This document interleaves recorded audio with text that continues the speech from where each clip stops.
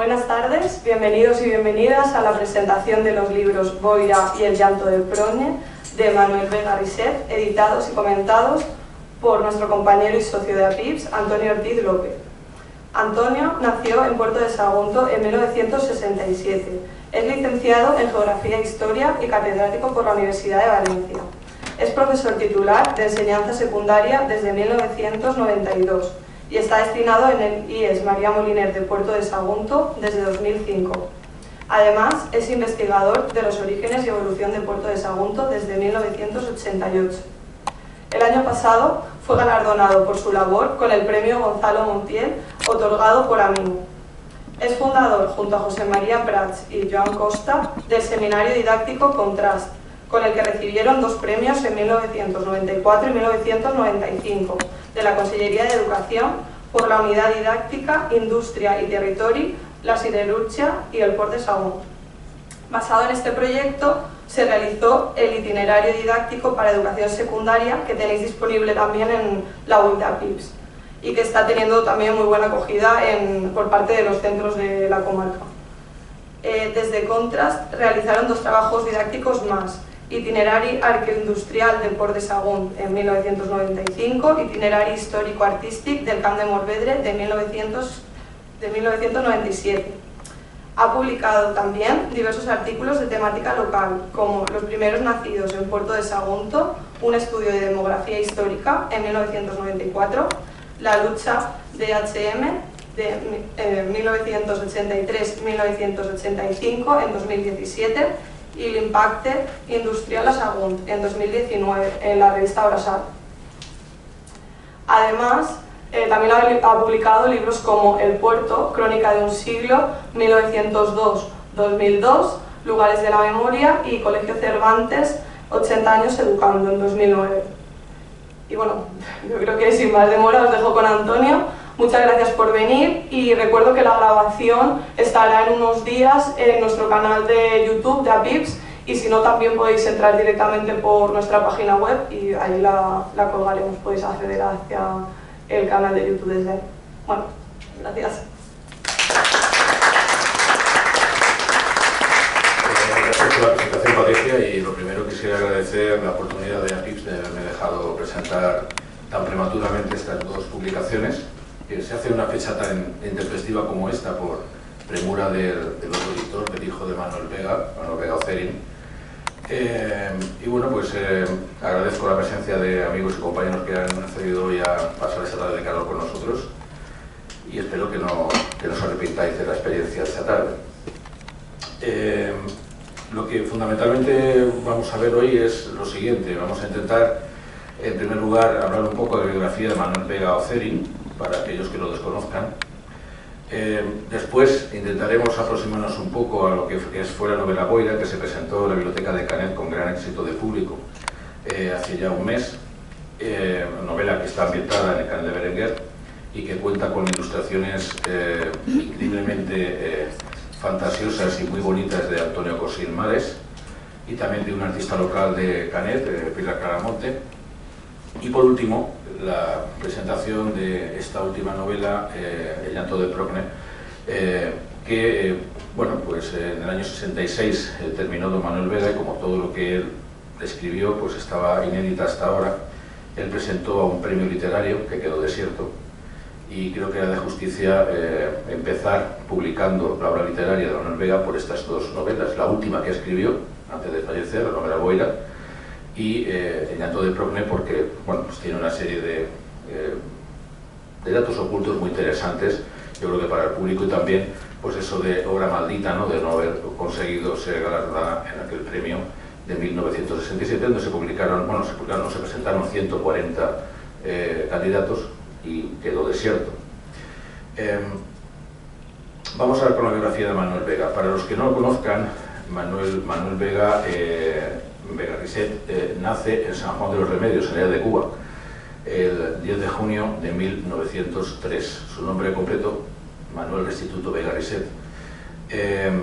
Lo más interesante de Manuel Vega como hijo de Cuba está en el ambiente familiar en el cual él nace. Es el hijo menor del segundo matrimonio de Luzgarda Risel Gutiérrez, que es una emigrante asturiana, por tanto es hijo de indianos en Cuba, y en una situación en aquella época económicamente interesante para una familia de inmigrantes en Cuba, procedentes de España, que bueno, pues, tenían negocios agropecuarios muy interesantes, pero claro, cuando en el año 1898, por efecto de la crisis secular y por la guerra hispano-norteamericana, pues España pierde la isla de Cuba, pues estas familias comienzan a tener dificultades económicas. Muestra de ello es que doña Luzgarda decide volver a España con los dos hijos menores del primer matrimonio y los dos hijos que ha tenido de su segundo matrimonio, al quedar viuda por segunda vez, para dotarles a estos de estudios y de algún futuro,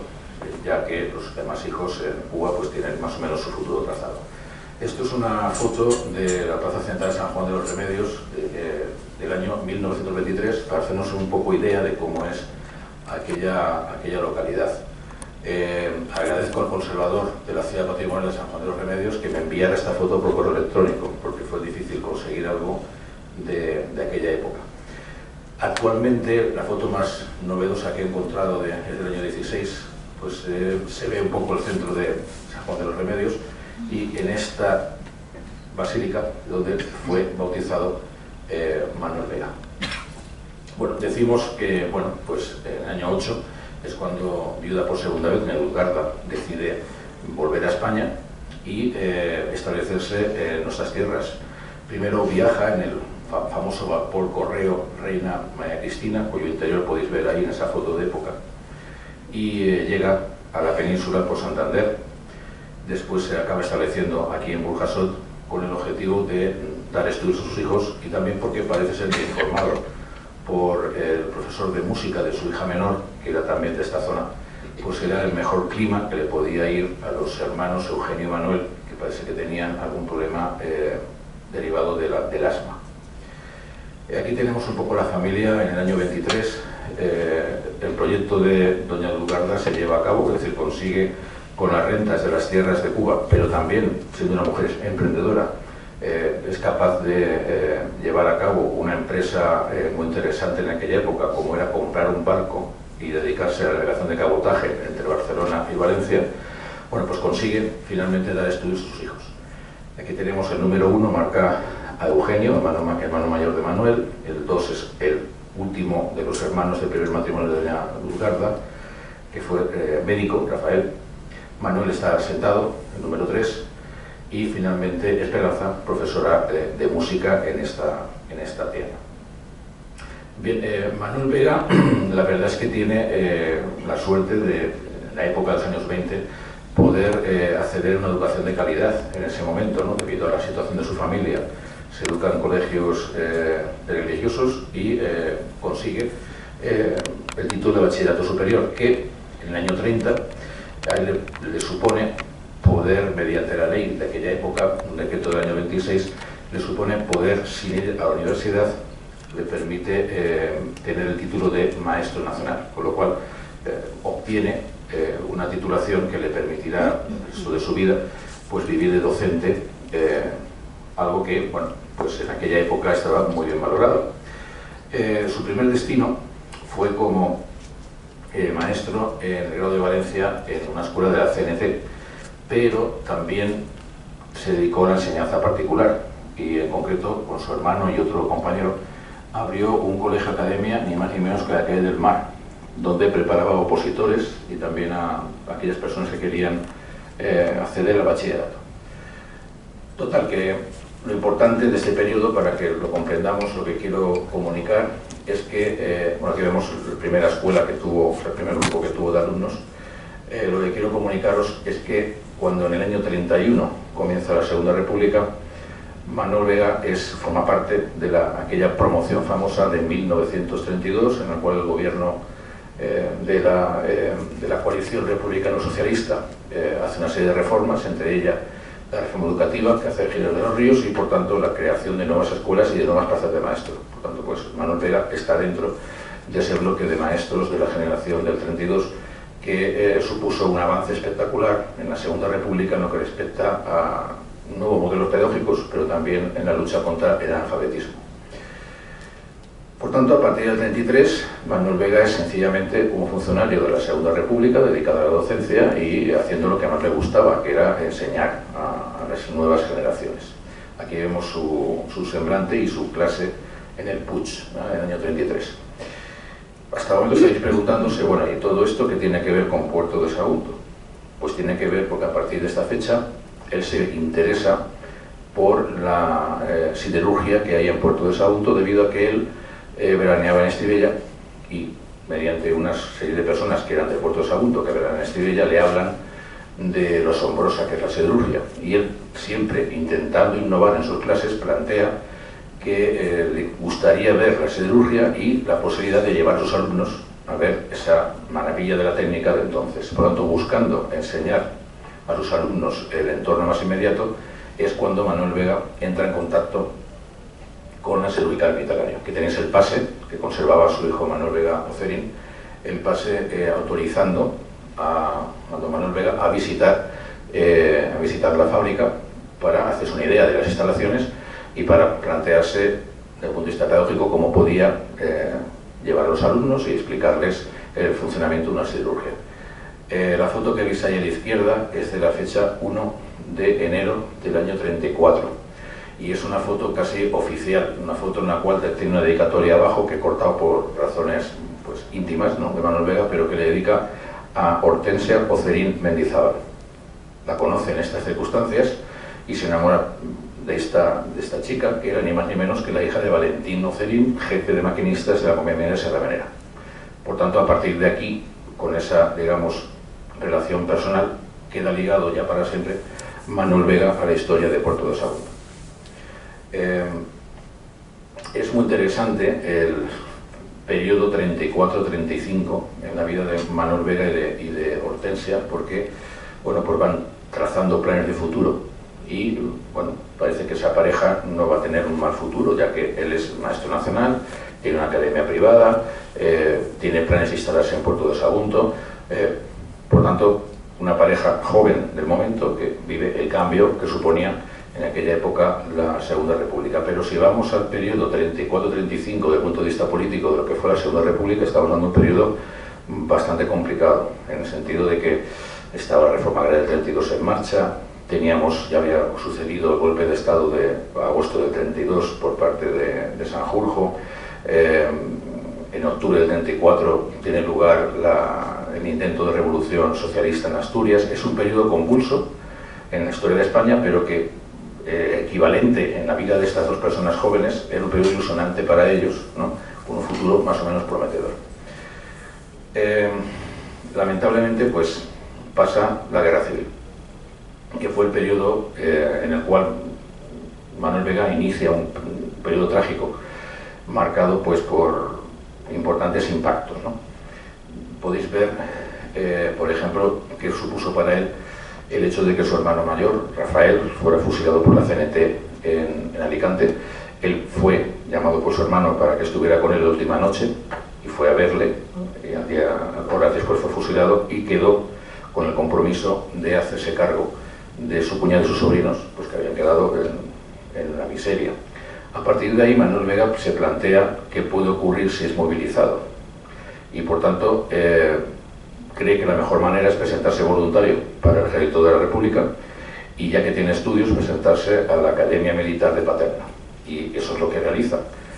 Se ingresa en la Academia Militar de Paterna, contrae matrimonio con Hortensia y, debido a sus buenas calificaciones, consigue un destino lejos del frente, en Castellón, pero en un punto importante dentro de lo que es el ejército, que es la intendencia.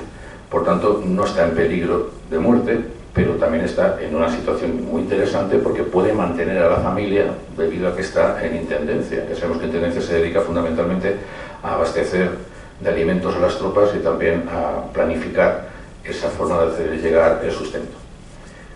Fijaros, diciembre del 40, comparemos la foto 36 a 40, lo que supuso para Manuel Vega ese periodo. No es victimismo, quiero que pensemos lo que supuso para la generación de Manuel Vega el padecer la Guerra Civil. en estas dos fotos está contenida quizás la mayor tragedia de la historia de España, ¿no? En el sentido de lo que supuso para esta generación el impacto de la guerra civil. Finalizada la guerra civil, don Manuel es inhabilitado para ejercer como docente por el todo franquista. Es depurado, no es una cosa extraña, me refiero, cuando el franquismo se establece como dictadura fascista, lo primero que hace es limpiar, comillas, ¿no?, limpiar el magisterio español y por tanto a todos los docentes sospechosos de ser republicanos o de no ser afectos al nuevo régimen franquista, pues los inhabilita, los expedienta, analiza qué ha hecho durante la época de la guerra. Algunos son fusilados, otros nunca volverán a ser profesores, y Manuel Vega queda en ese limbo de estudiar qué va a hacer con él, si rehabilitarle, no rehabilitarle. Aquí tenemos el caso, por ejemplo, de la primera maestra nacional que tuvo Puerto de Sagunto, que fue la persona que lleva ahora el nombre del colegio que tenemos aquí en Viviendas. ¿Sabéis de quién estoy hablando? María Yocasta. Yocasta, Doña María, pero era María Yocasta. María Yocasta lo único que hace durante la guerra civil es en la casa de los Aznar, la famosa Casa Amarilla, hacerse cargo de los niños y niñas que los milicianos habían dejado solos mientras iban al frente de Teruel. Y cuando acaba la guerra es depurada, se le bajaron de golpe 4 escalas y se le inhabilitó para ejercer como directora de colegio y tuvo que irse varios años fuera de la provincia de Valencia a ejercer hasta que pudo volver al Colegio Cervantes, donde acabó jubilándose. Y esto fue una de las penas escasas, digamos, me refiero, una de las penas menos fuertes que se puede establecer. Manuel Vega, durante mucho tiempo, pues tiene que ejercer otras profesiones, desde carpintero a mecánico de bicicletas, hasta esperar a ver cómo se solucionaba su caso. Finalmente, el 7 de febrero del 41, el jugador militar de Valencia, digamos que debido a los avales que él presenta de familiares y no familiares cercanos al Partido Único de Franco, sobre en su caso, deciden apartarle del magisterio, pero dejarle una habilitación para que ejerza de manera particular, y eso permite a la compañía Altos Hornos de Vizcaya contratarle como profesor para su escuela de enseñanza media. Y a cambio debía de fijar sí o sí su residencia en Puerto de Sagunto, y la fija en casa de sus suegros, en esta casa que podéis ver del famoso barrio obrero. A partir de aquí, 28 de abril del año 41, podemos decir que comienza una nueva vida para Manuel Vega. Está de nuevo habilitado, puede ejercer la docencia de manera particular, pero él sigue pensando que es objeto de una injusticia y seguirá peleando hasta que finalmente conseguirá reingresar como funcionario en enseñanza primaria. Lo que nos llama la atención es el hecho de que una persona con preparación para dar clases en primaria fuera contratado para dar clases de la enseñanza media en Altos Hornos de Vizcaya. Pero si analizamos el archivo de Manuel Vega, nos damos cuenta que no era extraño. No era extraño por la enorme formación que tiene. Yo siempre digo que Manuel Vega es un erudito de primera fila de esa generación de los años 40, porque aparte de dar clases en esa academia, aparte de dar clases de francés, de literatura, de geografía, de historia, de castellano, aparte de eso también era muy querido, muy admirado por la forma que tenía de dar las clases y también por la forma particular, ¿no?, de tratar a los alumnos, con esa pedagogía un poco más diferente del resto de profesores que aquí veis en una foto de recuerdo con los profesores de aquella academia. Aquí tenemos al famoso Hermógenes Gorrotxategi, Manuel Vega, la profesora María Aguirre Huerreta y Avelino Biosca. Si nos damos cuenta, de ellos el único que ha sido represado por el franquismo y finalmente más o menos rehabilitado ha sido Manuel Vega, y es de ellos, de esos profesores, en las generaciones de aquella época, cuando hablas con ellos, el más recordado es Manuel Vega, de este plantel de profesores. La tragedia continúa.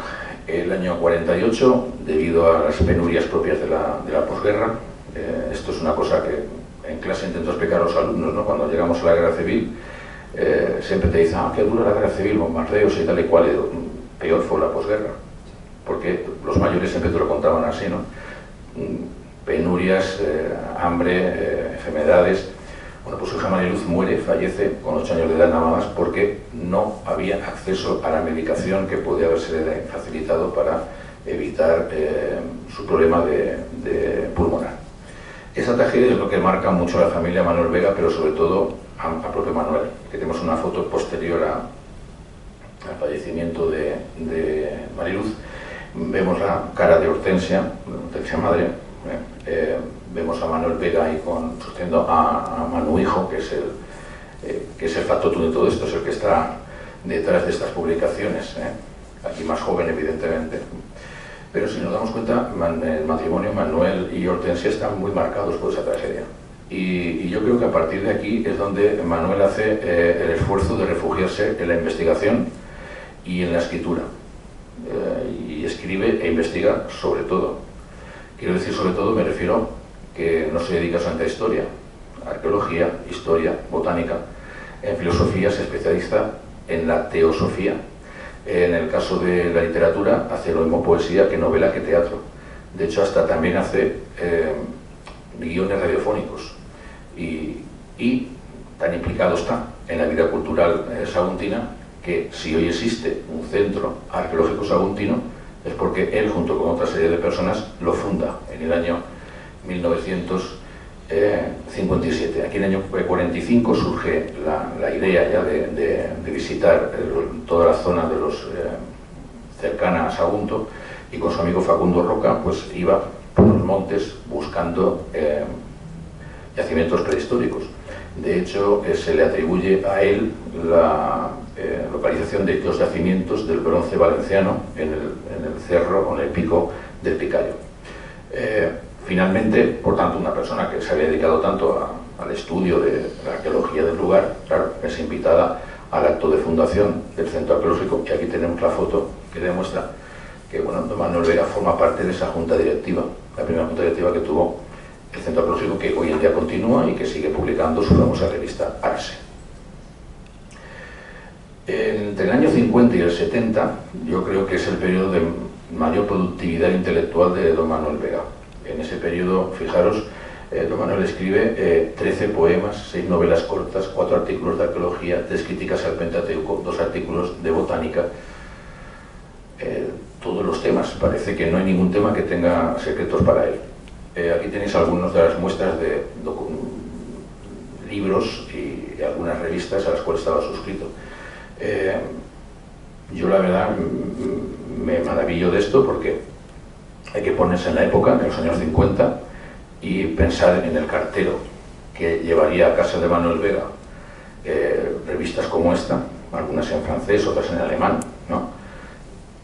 No sé qué pensaría, ¿no? Decir, ¿cómo puede decir digamos, no era normal, ¿no?, que alguien estuviera suscrito a este tipo de información? Fijaros, de Upramentaste, de Boturblé, pensamiento budista, la vida teosófica, la botánica, es decir, una mente enciclopédica, y yo creo que además superdotado para el tema de la interrelación de los diferentes conocimientos. Yo creo que es algo muy interesante dentro de lo que es la biografía de Manuel Vega, centrarse en su biblioteca personal. Muchas veces se dice que el pensamiento de una persona, la forma de una persona de manejarse en la vida está en su biblioteca personal. Pues si nos fijamos en la biblioteca personal de Manuel Vega, él tiene una especial, digamos, tendencia por intentar encontrar una forma de convivencia entre las personas que permita que la paz brille por encima de todo. Puede que todo eso también esté dentro de su ámbito personal, ¿no?, lo que padeció en su época. El año 60 es un año importante porque después de pleitear con el Estado consigue ingresar en la función pública como maestro de primaria. Después de varios destinos en la zona de Tarragona, finalmente llega a ser destinado a Canet, a su escuela. La escuela de Canet entonces estaba en este edificio, como persiste, y en el año 60-61 pues comienza su andadura como profesor de primaria en la escuela de Canet. Acabó fundando también el AMPA en Canet. También en esta época digamos que se caracterizará por centrarse mucho en intentar a las generaciones de gente de Canet, de intentar que progresaran sus estudios a partir de la enseñanza primaria, que siguieran estudiando, ¿no? Y es bastante bien recordado en esta localidad. Allí, en Canet, pues llega el momento de la jubilación y lamentablemente poco después fallece, el 19 de marzo de 1974. Algunas fotos de la época que estuvo como profesor en Canet. No ha podido venir hoy su compañero Jesús León, que puede hablar un poco de la personalidad de Manuel Vega. Esta quizás será la última foto de don Manuel como activo, ¿no?, como profesor en aquella época. Y bueno, pues a partir de aquí quiero comentaros, ya que hemos visto un poco la biografía de Manuel Vega, comentaros el por qué me dedico a este tipo de cosas. Ahí lo tenéis, recuperar una obra ingente e inédita. Todo lo que ha dejado Manuel Vega escrito lo veis aquí. Aquí tenéis un trocito de uno de sus manuscritos. Todo está escrito a mano, a una pluma estilográfica, como veis ahí, que no tiene tachaduras. Hay incluso, por ejemplo, esta última novela, había 5 borradores de la novela, pero que se pueden integrar perfectamente. Y bueno, pues su hijo Manuel Vega Ocerín se dedicó, después de jubilarse, a todos esos manuscritos, escribirlos a ordenador, tenerlos bien ordenaditos, bien organizados, con el objetivo de en un futuro intentar publicarlos, porque no publicó nada de lo que vamos ahora a hablar.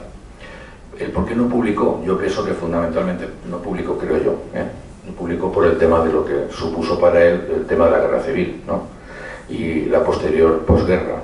Es decir, yo creo que debido a la represión franquista posiblemente pensaba que si, en fin, publicaba alguna de estas cosas que tenía, que escribía un poco para él, a lo mejor podía ser objeto de algún tipo de represalia. No creo que fuera por timidez, la verdad. Sí que publicó algún que otro artículo de arqueología, alguno que otro sobre turismo, otro también publica sobre la juventud española en los años 70, publica también uno muy interesante sobre la playa del puerto de Sagunto como una especie de atractivo turístico en 1971, pero escritos con reflexión profunda de filosofía o sus famosas novelas y poesías no llegó a publicar. Bueno, yo conozco el tema de Manuel Vega, como veis ahí en la diapositiva, en 1993. En esa época, pues un amigo de entonces, ya fallecido, Dionís Martínez, me hace llegar un manuscrito que después de leérmelo me di cuenta que es el primer libro que se ha escrito sobre la historia de Puerto de Sagunto, y su fecha era 1952.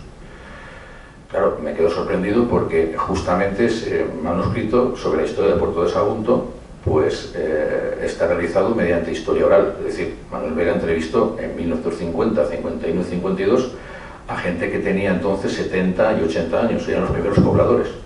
Por tanto, el documento era excepcional. A partir de ahí nos planteamos la idea, ¿no?, de intentar publicarlo, de intentar hacer la publicación de ese primer estudio sobre la historia de Puerto de Sagunto, con anotaciones, completando lo que le faltaba porque el libro estaba inconcluso. Finalmente, pues, bueno, pues no llegamos a publicarlo, pero yo sí que hice una primera transcripción, tenéis la prueba documental.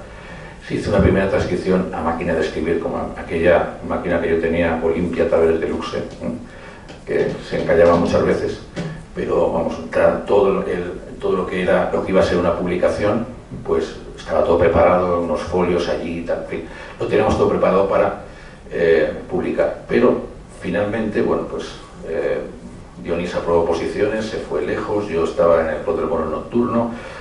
Conclusión, a partir del 94 el proyecto este quedó totalmente olvidado, por mi parte. Quedó olvidado hasta que en abril de 2022 se decidió inaugurar el Instituto IES número 5 y me planteo que un erudito como Manuel Vega pues podía darle nombre a ese centro. Y bueno, pues creo que era de justicia. Y a partir de ahí me planteo retomar aquel proyecto. Y no solamente eso, sino que contacto con Manuel Vega Ocerín, que vive en Ibarra, cerca de Tolosa, en el País Vasco. Y le digo la idea que llevo. Y él dice, pues yo tengo la misma idea. Pero no solamente eso, es que me urge hacerlo. Porque yo estoy muy mayor y yo quiero publicar la obra de mi padre. Con lo cual, pues yo me planteo que es interesante, ¿no?, trabajar juntos, aunque sea a distancia, pensando yo todavía que quedaba la labor de leerse los manuscritos y transcribirlos. Me dice, no, si los tengo todos transcritos y en PDF. Magnífico. Y mediante ese QR que veis ahí, pues pone a mi disposición toda la obra de Manuel Vega. Y claro, me pongo a leer y encuentro ese manuscrito transcrito a Word de la primera historia de Puerto de Sagunto. Y le planteo a Manuel Vega Ocerin que podemos empezar a publicar lo de su padre con una biografía detallada de su padre, junto con ese primer libro sobre la historia de Puerto de Sagunto, que es lo que finalmente hicimos, ¿no? En aquella época, entre febrero y abril del 24, pues publicamos algunos artículos en la prensa local, en El Económico, hablando sobre este personaje, porque se cumple 50 aniversario de su fallecimiento. Intentamos hacer una pequeña campaña para que el Instituto número 5 llevara el nombre de Manuel Vega, y finalmente publicamos ese libro, la primera historia de Puerto de Sagunto y la biografía de Manuel Vega. La verdad es que me sorprendió mucho la acogida del libro, porque la edición fue cuantiosa y ahora mismo está agotada. Y el otro día me deshice del último y me llamó mucho la atención de que tuviera tanta acogida, con lo cual eso me motivó más para seguir con el tema de publicar la obra de Manuel Vega. Pues bien, en la Biblioteca de Canet publicamos, dimos a conocer la segunda de las publicaciones de la obra inédita de Manuel Vega, que es la novela Boira. ¿Por qué? Pues porque Boira fue la última novela que él dejó escrita y está ambientada en Canet de Berenguer. Y porque allí él fue también profesor durante mucho tiempo. Así que gracias a la ayuda del amigo Yusa, que está por aquí sentado, pues pudimos publicar, pudimos hacer la presentación de Boira hace escasamente un mes, y la verdad es que tuvo bastante éxito. Pero yo creo que, aparte del contenido del libro, la calidad literaria, también la edición dio un salto con respecto al primer libro, puesto que lo adornamos con muchas ilustraciones de Antonio Cosín y también de Pilar Claramonte, dejando pues una edición bastante cuidada, un libro que recuerda un poco a esos libros antiguos de aventuras con sus grabados en blanco y negro, es decir, una edición un poco pues más cuidada. Presentando aquella tarde Boira, como Manuel Vega Ocerin también es un hombre del siglo XXI, estando presentando eso, me salta un mensaje en el móvil de WhatsApp y me pone en el mensaje: ¿ya has terminado la presentación? Ahora a por Progne. Vamos a ver, espérate un momento, no, déjame descansar. No, hay que publicar Progne. Bueno, pues aquí tenéis el otro libro que hoy presentamos, que es El llanto de Progne, una novela que ya digo es interesante, luego comentaremos. Aquí tenéis las tapas y la contraportada de Boira. ¿De qué va Boira? Pues la primera parte tenéis una especie de resumen de la vida del autor y una serie de comentarios sobre la novela, que un poco os explica de qué va exactamente la novela. La segunda parte ya es en concreto pues la novela en sí, y siempre la parte final la reservo para hacer un glosario con las palabras, no digo extrañas, sino Boira es todo un tratado de náutica, porque habla de un personaje que pasa parte de su vida embarcado, ¿no? Y por tanto habla de un montón de documentación sobre incluso un árbol náutico muy rico. Por tanto, había que dedicarse muy bien a hacer un glosario para que, en fin, cuando está hablando de irse al carajo, la gente entienda qué significa, que es un término náutico y no es una forma despectiva de hablar. En Boira se encontrarán también ilustraciones de diferentes partes del libro, hechas por Antonio Cosín, muy interesante, pero la trama principal trata pues de nombres y apellidos que hoy están todavía en Canet, ¿no? El mercante Vicente Caballero Marzal, Vicente de Boira, pues embarcado en uno de los cargueros de los Sota y Aznar, recala en el muelle en construcción de Puerto de Sagunto en junio del año 1907 y aprovecha para acercarse a su pueblo Canet a visitar a sus gentes. Y a partir de ahí se desencadena una novela muy interesante donde el abuelo Boira pues cuenta a la juventud sus aventuras cuando estaba embarcado en un barco de vela, pero también hay una serie de tramas alrededor de esa familia muy interesante. Hay unas descripciones muy vivas y muy bien hechas sobre Canet de Berenguer, ojo, de principios de siglo. Y claro, llama mucho la atención porque de dónde Manuel Vega pudo sacar la información de cómo era cada calle, cada esquina, cada lugar que dice de Canet, porque él esto lo escribe en los años 70. Así que yo intuyo que algún informante, alguna persona mayor del pueblo de Canet, pues le sirvió para explicarle cómo era el pueblo, pues eso, hacía 50, 60 años. Ahí tienes alguna de las ilustraciones de Antonio Cosín, al cual agradezco muchísimo su trabajo, porque lo hizo desinteresadamente, como hace siempre Antonio las cosas, pero además la calidad. También tuvo paciencia porque, por ejemplo, esta ilustración que veis ahí del abuelo Facundo Marzaloguet, tío Boira, la realiza con las instrucciones muy detalladas que hace Manuel Vega Ocelín, porque Vega Ocelín es muy puntilloso en esas cosas. Y vamos, tuvo mucha paciencia, hizo varios bocetos hasta que dio con el personaje en concreto. Estas dos ilustraciones pertenecen a Pilar Claramonte, que también las cedió desinteresadamente. Son unas acuarelas que enriquecen mucho la edición del libro y que son vistas del pueblo de Canet, digamos que a mitad del siglo pasado. Este texto lo expongo de Boira, el capítulo 2, porque parece mentira, ¿no? Pero leyéndolo es casi lo que a mí me obligó a seguir con el proyecto Vega Risset.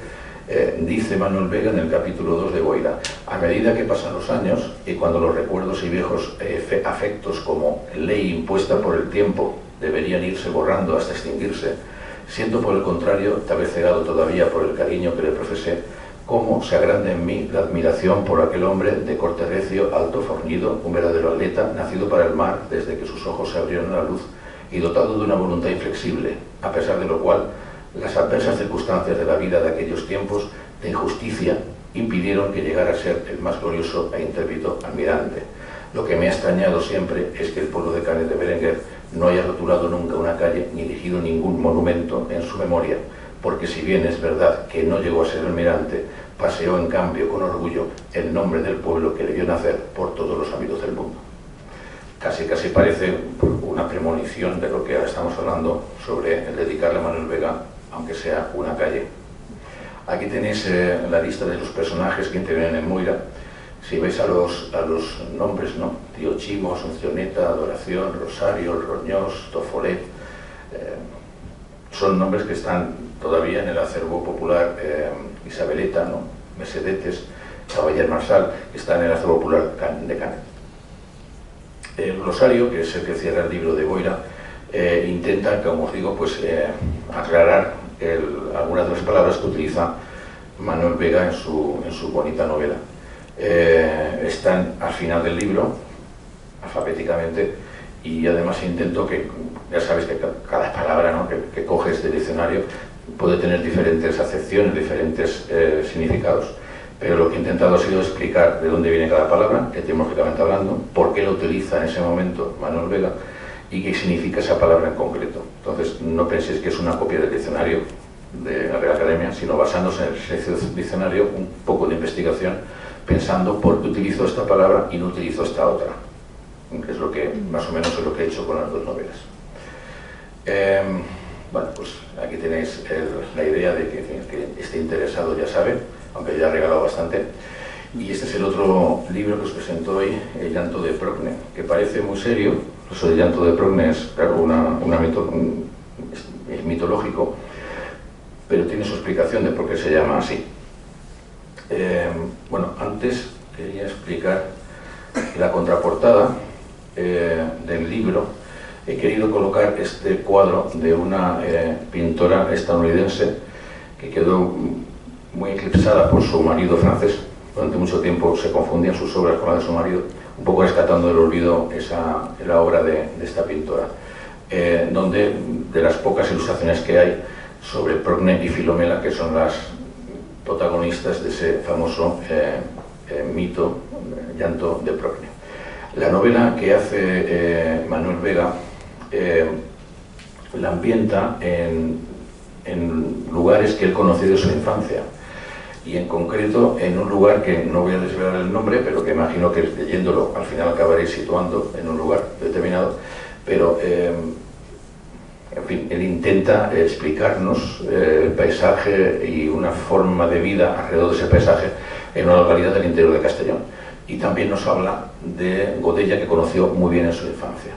Es interesante, además, darse cuenta de lo siguiente. Fijaros, 145 manuscritos presentados en un premio literario en 1967. Ninguno podía merecer el premio. Claro, cuando analizas esto y preguntas a la gente que se dedica al tema literario, te dicen, bueno, es que cuando tú presentas una obra a un premio literario, no lo presentas con tu nombre, sino que presentas un seudónimo, no pones el título que quieres que lleve la obra, sino un título parecido, y un sobre aparte viene la clave, cuando se da el nombre de la persona ganadora, viene la clave de esa obra, a qué título pertenece y cuál es el verdadero autor. ¿Esto por qué se hace? Se hace para evitar que en el jurado pueda haber alguien que pueda influir positivo o negativamente al dar los premios.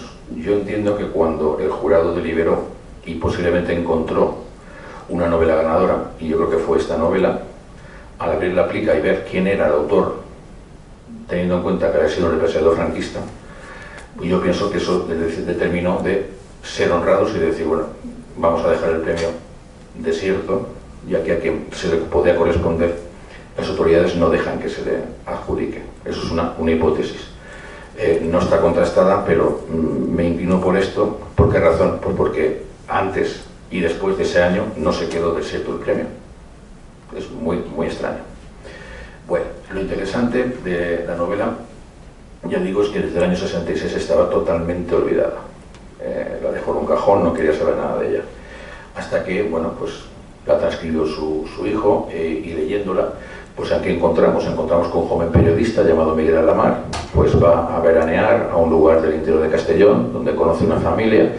Esa familia son dos hermanas, se enamora de una, pero luego le gusta a la otra, el famoso mito de Progne, pero no es una novela de amores y desamores, porque a través de un personaje que aparece en esta novela, que un poco hace el papel del abuelo Boira, en el caso de Boira, aquí es un tenor del prestigio, nacido en Godella y que viaja por todo el mundo en su juventud y mantiene a su familia en Godella, pues nos pone al día de la evolución de la sociedad valenciana del siglo XX, desde principios del siglo XX hasta los años 40.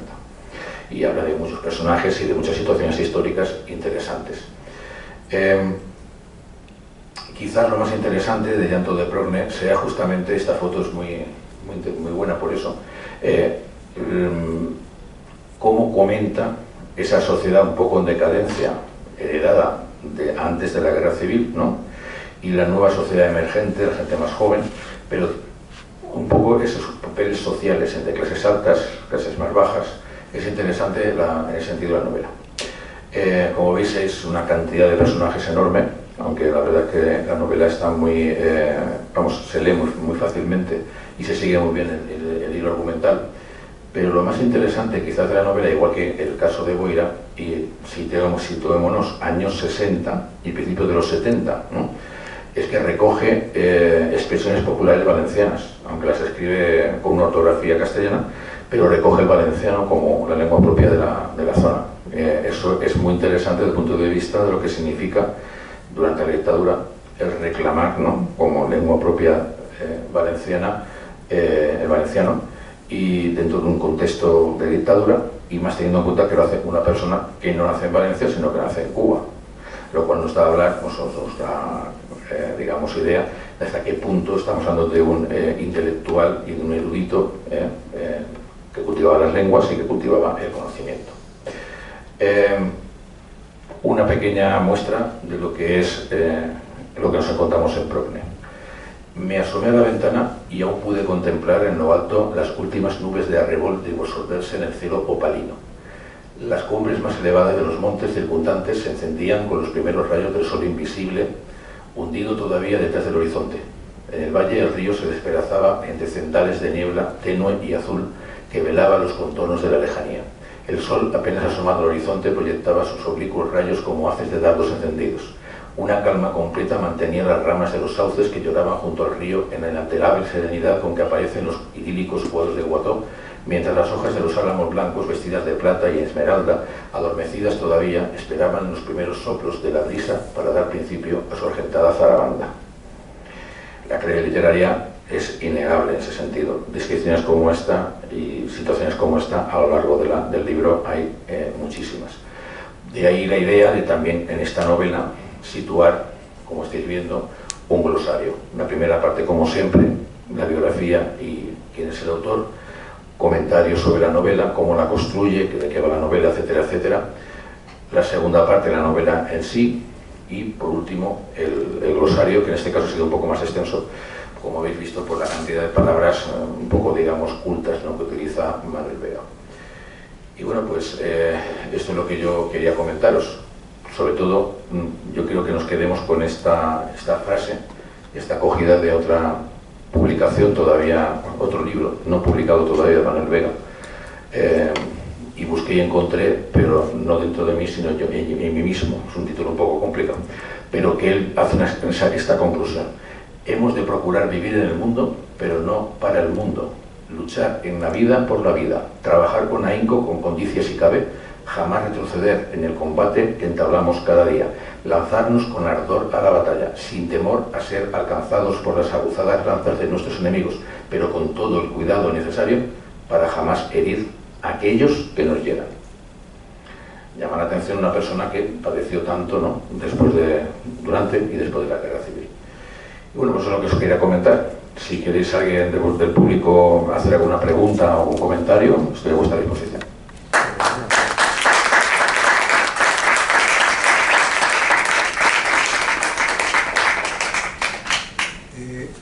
Una cuestión, ¿tenéis frío? ¿Estáis bien? ¿Quitamos el aire? ¿Lo dejamos? Está bien. ¿Sí? Bueno, venga, pues tengo el micro, tampoco para cualquier tanto. cosa que queráis. Porque nos Claro, estamos Antonio, preparando para salir contar, fuera. aportar, pues. Pedid la palabra. Venga, decir algo. Decir algo.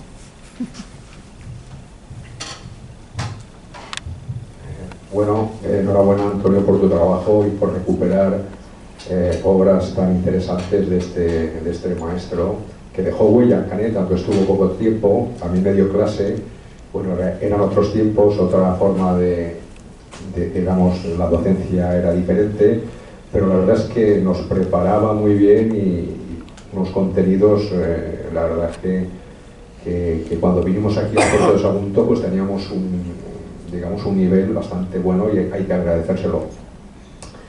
Y en cuanto a lo que has dicho en la descripción de Canet, estoy contigo, que tendría que haber trabajado igual que cuando describe en la novela las costas, cuando llega el marino y describe la costa. Es impresionante cómo describe la costa de Sagunto y la de Canet, y con el cariño que trata a todos los personajes y a todo el pueblo, ¿no? Yo quería preguntarte si vais a publicar al final todo o cuál es el proyecto inmediato aparte de esta última publicación. A ver, desde el punto de vista literario, quedaría todavía otras 3 novelas cortas que Manuel Vega Ocerin, que si quisiera él publicar las 3 juntas, formando como una especie de coleccionable. Luego está la parte de filosofía, que ahí hay un proyecto con la Universidad de Valencia, el catedrático Pedro José Teruel, que ya veremos si sale adelante.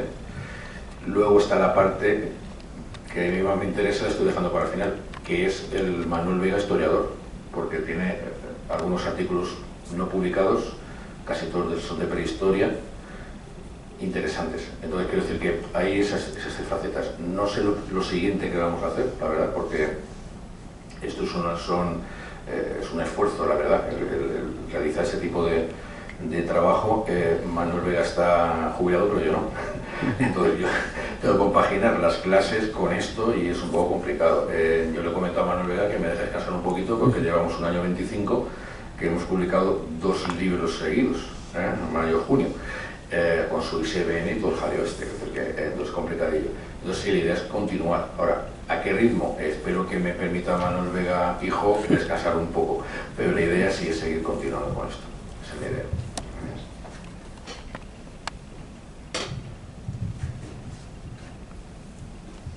¿Más palabras? ¿Preguntas?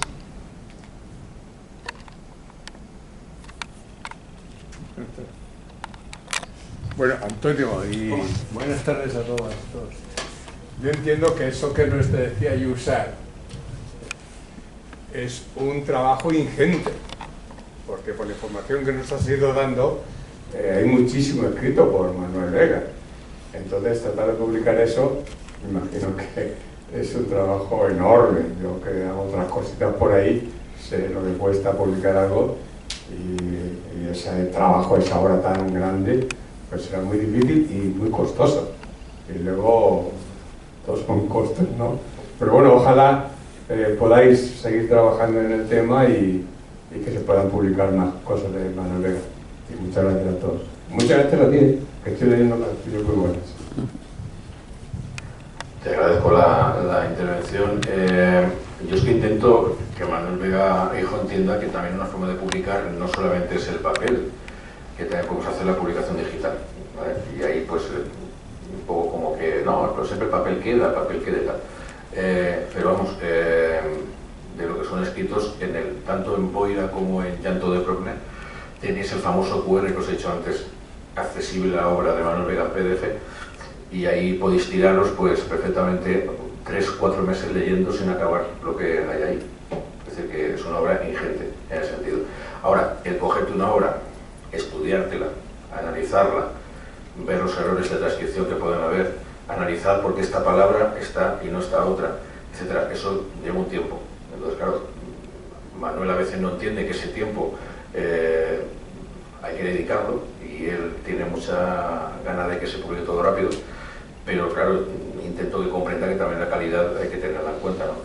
No es lo mismo publicar en bruto un manuscrito Manuel Vega transcrito a PDF, que esa transcripción con una serie de notas a pie de página que encontraréis.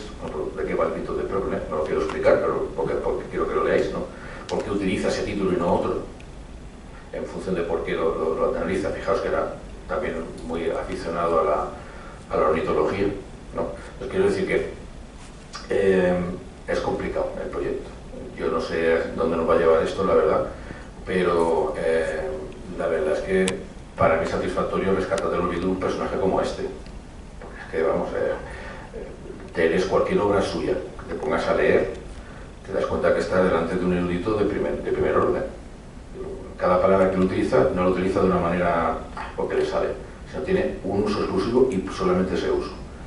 Y te pones a ver usos del español, ¿no? El famoso diccionario María Molina, te pones a ver por qué esta palabra no está otra, y te das cuenta que elige justamente esa palabra para dar una descripción exacta de lo que quiere dar, ¿no? O sea, quiero decir que la calidad de la obra de Manuel Vega es muy importante, y por eso el interés de que el público en general tenga un poco, pues eso, la forma de acceder a ello, bien sea en papel, bien sea digitalmente.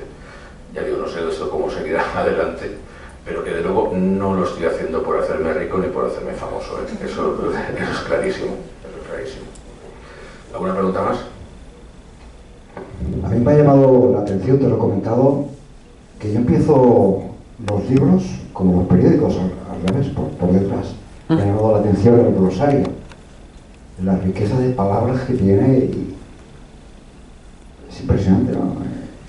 Palabras que no he oído en mi vida, y yo presumo de haber leído un poco, y es impresionante. Yo he dicho al principio de la explicación que os he intentado hacer, he dicho que Manuel Vega tuvo la suerte de tener una muy buena formación en su época de estudiante, pero aparte de eso es que Manuel Vega era un gran lector y aparte era profesor de francés. Un ejemplo que me salta porque no quiere detallar mucho su biografía, pero él acaba bachillerato y se va porque quiere solo a Lyon a perfeccionar el francés, y para pagarse la estancia se encuentra un trabajo en una empresa donde hace de traductor al castellano. Es la idea del personaje, ¿no? En ese sentido. Entonces, bagaje cultural, pues no veas, ¿no? Pero aparte de eso, es que es cierto, y por eso el glosario he dedicado tiempo, que las últimas generaciones han perdido vocabulario. Y de hecho, pues llega un momento que ya te hartas un poco de eso de que te dicen los adolescentes de este va para examen, en plan, va para examen, bro.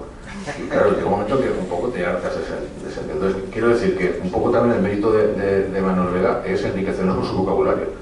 En Progne, por ejemplo, hay un uso de una palabra, o dos palabras en concreto, que tiene diferentes acepciones según lo utilices, y dices, pero vamos a ver, pero ¿por qué, pudiendo poner un sinónimo, te das cuenta que ese sinónimo no es el que tiene que utilizar?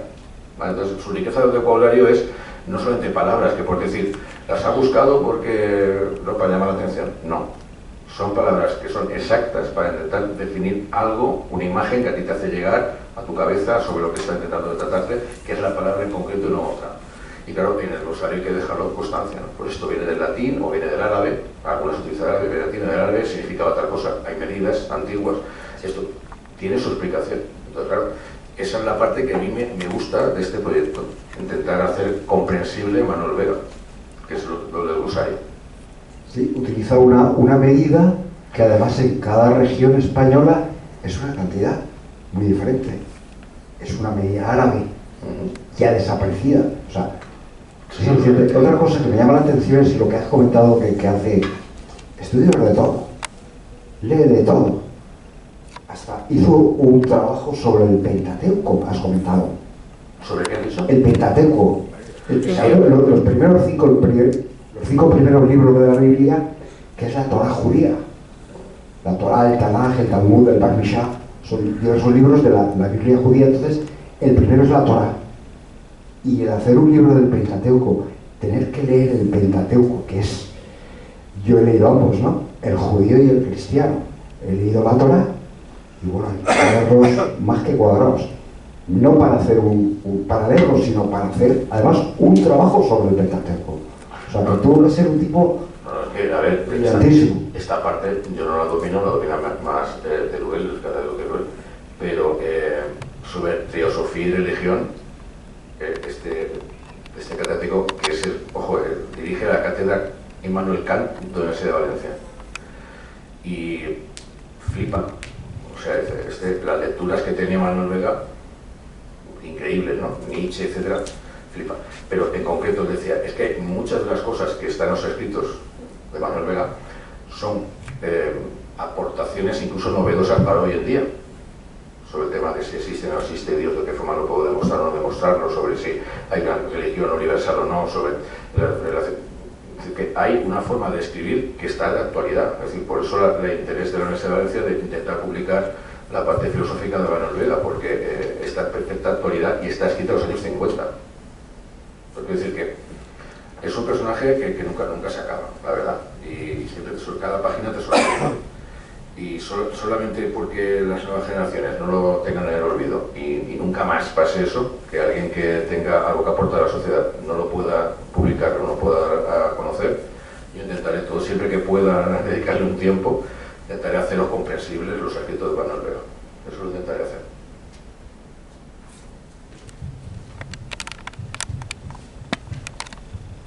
Buenas tardes, Tony. Yo te quería preguntar acerca del Manuel Vega docente, es decir, ¿crees que sería extrapolable la docencia que él aplicaba en los años 60 cuando se jubiló y lo metiéramos hoy en día en un primero de la ESO de María Moliner? Es decir, ¿qué reacciones o qué resultados tendría de su metodología docente y gestión de la disciplina y convivencia? Te he preguntado. La pregunta es muy fácil, querido Enrique. Verás, mira, son dos etapas diferentes. Para empezar, Manuel Vega, vamos a trazar tres ejes, ¿vale? El primer eje, antes de la Guerra Civil, la reforma educativa del 32 y la forma de dar clases en el 32 fue una bomba para lo que era la enseñanza de la Restauración, que fue una novedad enorme. Por tanto, él era partidario, por ejemplo, me contaba Jesús, su compañero en los últimos años, era partidario de si tenía que explicar un río, llevarse al alumnado al río Palancia y explicarlo allí, por ejemplo, que eso es muy típico de la docencia de la escuela de Instituto Escuela de la República. En la época, segundo eje, en la época en que él estaba en Altos Hornos de Vizcaya, trabajando en la Academia de Enseñanza Media, él daba geografía, historia, daba francés, castellano. El problema de disciplina no lo tenía, que es el problema que tenemos hoy en día, porque el alumnado que iba a esa academia iba 3 veces motivado. Primera motivación, tenía interés en formarse en los estudios para intentar romper esa dinastía de obrero, ¿no? Intentar salir del círculo obrero. Segunda motivación, había que pagarse los estudios. Y tercera motivación, es que además, si no quería estudiar, había un método en aquella época, ¿no?, que lo explicamos alguna vez, la letra con sangre entra, ¿no? Es decir, que por lo tanto, diferente. La última época en Canet, que años ya 70 prácticamente, finales de los 70, está la ley de educación del año 70, que la EGB famosa, etcétera, etcétera. Esa reforma que llega con Pellar para sí es tener algunas partes de la reforma educativa de la Segunda República, nos guste o no nos guste, algunas cosas son interesantes. Entonces, ¿cómo sería Manuel Vega docente descargado en la ESO? Pues una persona que seguramente tendría muchos problemas consigo mismo a la hora de aplicar algún método didáctico.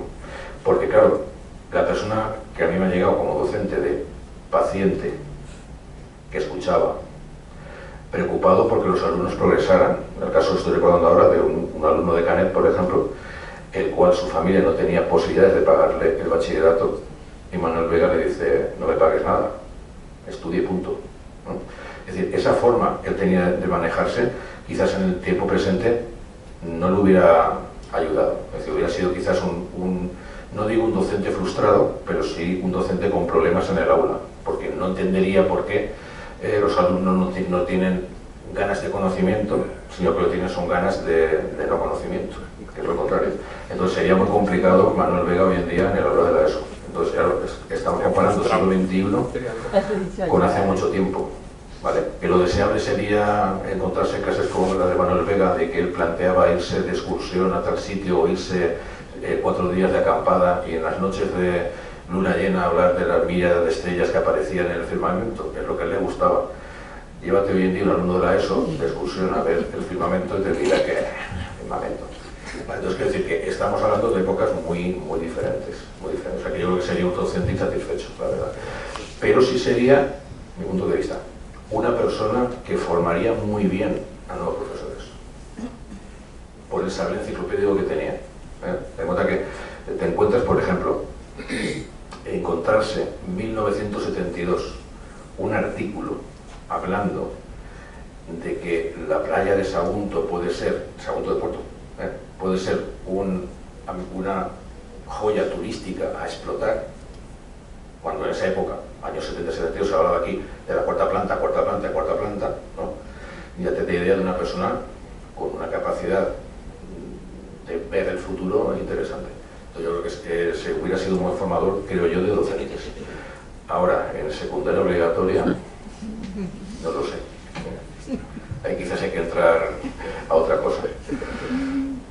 Que la ESO es una enfermedad que hay que pasar rápido. Más dudas que tengamos. Es una anécdota de clase que ya comenté la vez anterior cuando presentaste el primer libro aquí, pero veo caras que seguramente no estaban entonces, y como es muy breve lo voy a contar. De don Manuel Vega, él fue profesor mío en el año 50 y sucesivos en la enseñanza media, y en la clase de francés, un alumno no muy interesado en formarse, pues la primera hora de la mañana era el vocabulario, y entonces don Manuel sacaba un alumno y le preguntaba en español y tenía que contestar en francés. No, al revés, preguntaba en francés y tenía que contestar en español, y le preguntó gâté, no, gato, ¿cómo se dice en francés? Dice gâté. Y peludo, peludé.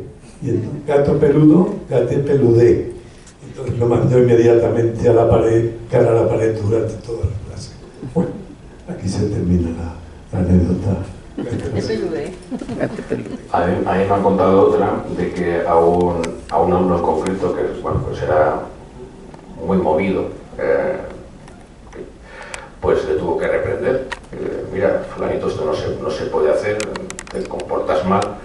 Y como el otro no lo atendía, pues le dio un pescozón. Y que estuvo enfermo 2 días. Porque no entraba en él. Solo ha contado la persona que sufrió el pescozón. O sea que hay cosas interesantes sobre Manuel Vega. ¿Alguna pregunta más que tengáis? Sí, buenas tardes, Tony. Es que no me ha quedado claro en qué punto se encuentra ahora la propuesta de poder poner al instituto número 5 y es Manuel Vega Risset. Si me lo puedes aclarar. Gracias. A ver, te explico. Como le decía antes a Enrique, vamos a plantear varios ejes. El primero, es cierto que los centros educativos eligen por sí mismos su nombre. Por tanto, ahí el ayuntamiento, consellería, no tiene nada que ver. Es el claustro de profesores el que elige el nombre y consellería, pues, acepta. El número 5 ha estado en un proceso de elegir un nombre, porque claro, llamarse número 5, pues como que no, lógico. El que yo estoy, por ejemplo, se llamó mucho tiempo IB número 3, hasta que se encontró el nombre de IES María Moguener, que no es una novedad, porque creo que somos el instituto número 114 que lleva ese nombre en toda España. Pero bueno, bien, ¿no? Por tanto, la decisión es del claustro. Manuel Vega contactó con la directora, ya lleva 2 años hablando con ella, con la directora, para que lo planteara. Se hizo una elección del nombre el curso pasado, se hizo una votación y creo que no salió elegida entre las 3 propuestas, porque hay que llevar 3 propuestas al consejo escolar, que es el que luego elige. Y en esas 3 propuestas no estaba el nombre de Manuel Vega.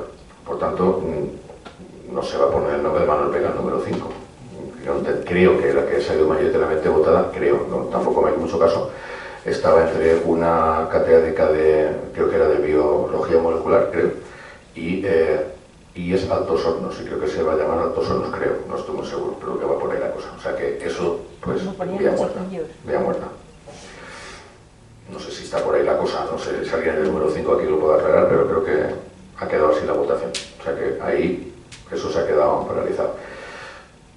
Veremos qué se puede hacer. Quiero decir, yo sé que Manuel Vega Ocelín se moriría tranquilo sabiendo que un centro educativo lleva el nombre de su padre o lo que sea. Es decir, una calle no, porque luego se cambia el nombre de las calles, no sé qué. Es así, ¿no? Pero ¿qué se podría hacer? Canet, por ejemplo, el alcalde de Canet sí que me manifestó en la última presentación de Boira que tenía pensado intentar hacer algún tipo de premio con el nombre Manuel Vega, etcétera, etcétera. No sé en qué quedará finalmente. La verdad es que el acogimiento en Canet ha sido más caluroso que en el Ayuntamiento de Sagunto. Las cosas como son. Las dudas que tengamos.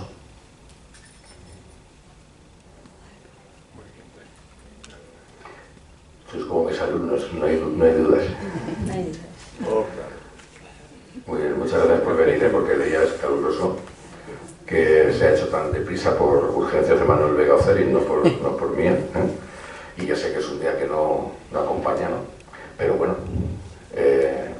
creo que si no sabéis nada de Manuel Vega hasta ahora, pues algo habéis aprendido, espero, y nada, pues eso, espero que os llevéis al menos algún librillo. ¿Alguna duda?